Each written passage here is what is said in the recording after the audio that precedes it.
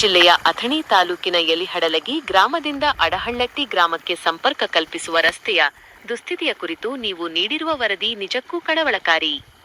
ಸಾರ್ವಜನಿಕರ ಸಂಕಷ್ಟವನ್ನು ಎತ್ತಿ ತೋರಿಸುವ ಈ ವರದಿಯ ಸಾರಾಂಶ ಮತ್ತು ಸಂಬಂಧಪಟ್ಟವರ ಗಮನ ಸೆಳೆಯಲು ಅಗತ್ಯವಿರುವ ಅಂಶಗಳು ಇಲ್ಲಿವೆ. ರಸ್ತೆ ದುಸ್ಥಿತಿ, ಸಾರ್ವಜನಿಕರ ಆಕ್ರೋಶದ ಮುಖ್ಯಾಂಶಗಳು.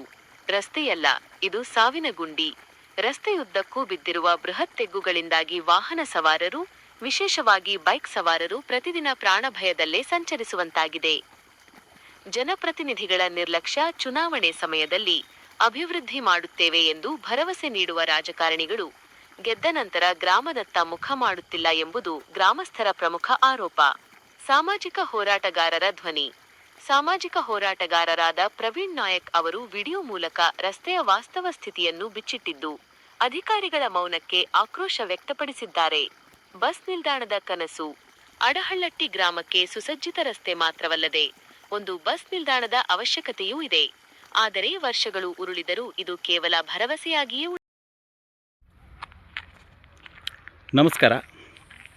ಬೆಳಗಾವಿ ಜಿಲ್ಲೆ ಅಥಣಿ ತಾಲೂಕಿನ ಯಲಡಗಿ ಗ್ರಾಮದಿಂದ ಅಡಹಳ್ಳಿ ಗ್ರಾಮಕ್ಕೆ ಹೋಗಬೇಕಾದ 4 ಕಿಲೋಮೀಟರ್ ರಸ್ತೆ ಇದು. ಯಾವ ರೀತಿ ರಸ್ತೆ ಇದೆ ಅನ್ನೋದನ್ನು ನೋಡ್ಬೋದು. ಇದು ನೋಡಿ, ಯಾವ ರೀತಿ ತೆಂಗು ಗುಂಡಿಗಳಿವೆ ಅಂತ ನೋಡಿ. ಇದು ನೋಡಿ, ರಸ್ತೆ ಈ ಥರ ಕಿತ್ತೋಗಿದೆ. ಇಷ್ಟು ಬೇಗ ರಸ್ತೆ ಕಿತ್ತೋದ್ರು ಮತ್ತು ಈ ರಸ್ತೆ ಮಾಡಬೇಕಾದ್ರೆ ಗಮನಕ್ಕೆ ತಂದರೂ ರಸ್ತೆ ಮಾಡುತ್ತಿಲ್ಲ. ಇದು ನೋಡಿ ಯಾವ ರೀತಿ ತೆಗ್ಗಿದೆ ಅನ್ನೋದನ್ನು.